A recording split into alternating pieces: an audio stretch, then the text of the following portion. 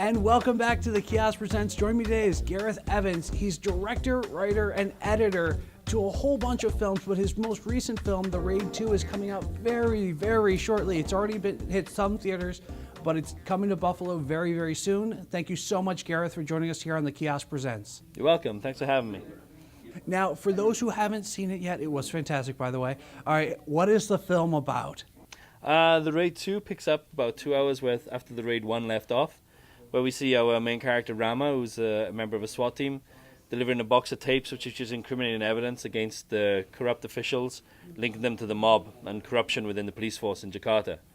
And basically in the Raid 2, it picks up with him being forced to go undercover to protect his family, but at the same time to infiltrate the mob family and to get more evidence, more solid evidence that link the two together with the police. All right, well, you were born in Wales. Why did you set the movie in Jakarta in Indonesia? Well, I got hired back in 2007 to do a documentary out in Indonesia, and that documentary was about martial arts. And I'd grown up as a kid watching, Bruce Lee and Jackie Chan films, but I'd never seen Silat before, which is the martial art from Indonesia.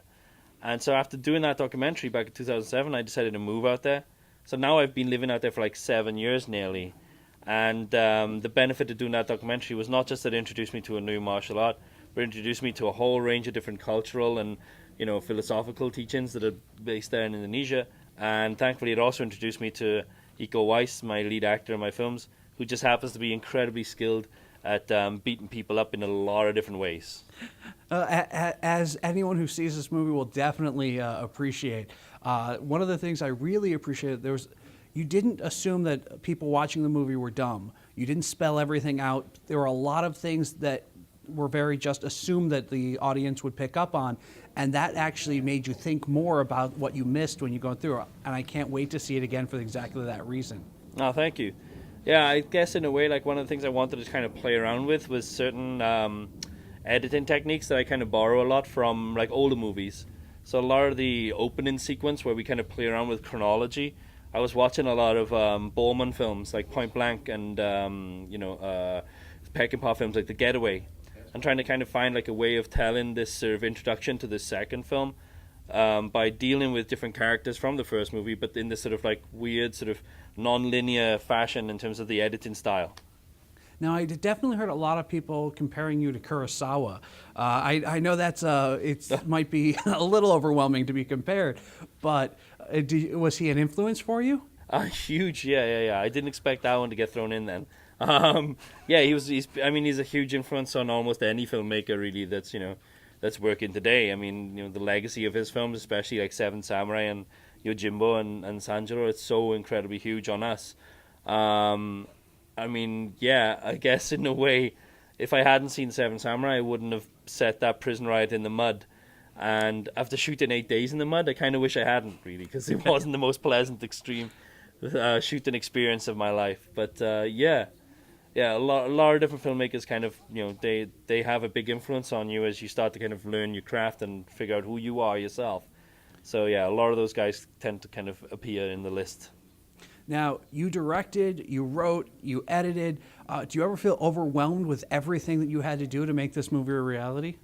I'm a horrible control freak when it comes to stuff like this. So when I'm writing the script, it's one of those things where as I'm writing it page by page, I start to think of, okay, I know how I would shoot this. I know how I would do this. So sometimes I've been asked to write something for someone else, and then I just find like halfway through the writing process, I just can't do that. I can't give it away because I know how I would want to direct this. And then it's the same when I'm directing. Then I'll be watching the footage coming in through the monitor. I'm like, oh, I know how I would cut this. I know how I would piece all this together. And so I can't quite let go of that. So it's that horrible control freak side of me, which is just, forces me to want to take on those roles and those responsibilities. But also it's one of those things where for me, if I got given another editor to work with, I would be such a pain in his side. Gotta be careful what I say now. Because there's that unwritten rule when you work with an editor is that whoever the editor is, he's in control of the keyboard and the monitor and the mouse, sorry. If I was there, stood over his shoulder, I would drive him insane because I know I would just be wanting to jump in and play around with things all the time. So it's a good thing for me to be able to just step back and be like, nah, I'll just take care of this stuff by myself. I'm not going to drive anyone to sort of like insanity on my shoot. What's next for you as far as projects goes? Next up, I'm producing a film to be made in Indonesia. A friend of mine, Timo Chayanto, is directing it, and it's an action movie called The Night Comes For Us.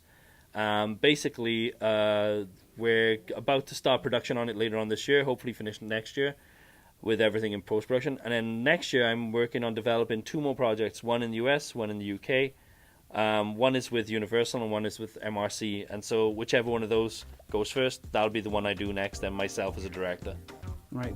Thank you so much, Gareth, for joining us here on The Kiosk Presents. For anyone who wants to see it, The Raid Redemption is on Amazon right now. You can get it direct.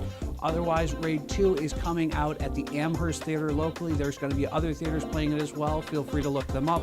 Thank you once again, Gareth, for joining us here. Thank you so much. Cheers. Don, you call that showing off? How about the dazzling diamond deals we're showing off at the Showroom on Union? Diamond engagement rings. Diamond band. Diamond anniversary. Diamond fashion. Diamonds, diamonds, and more diamonds. All at a fraction of the pricey stores. And buy with confidence because all Showroom diamonds will come with a Gem Lab certificate as requested, guaranteeing natural diamonds of value. Don't forget, we feature GIA certified diamonds. Showing off great diamonds and great deals every day. At Airport Plaza Jewelers, the Showroom on Union.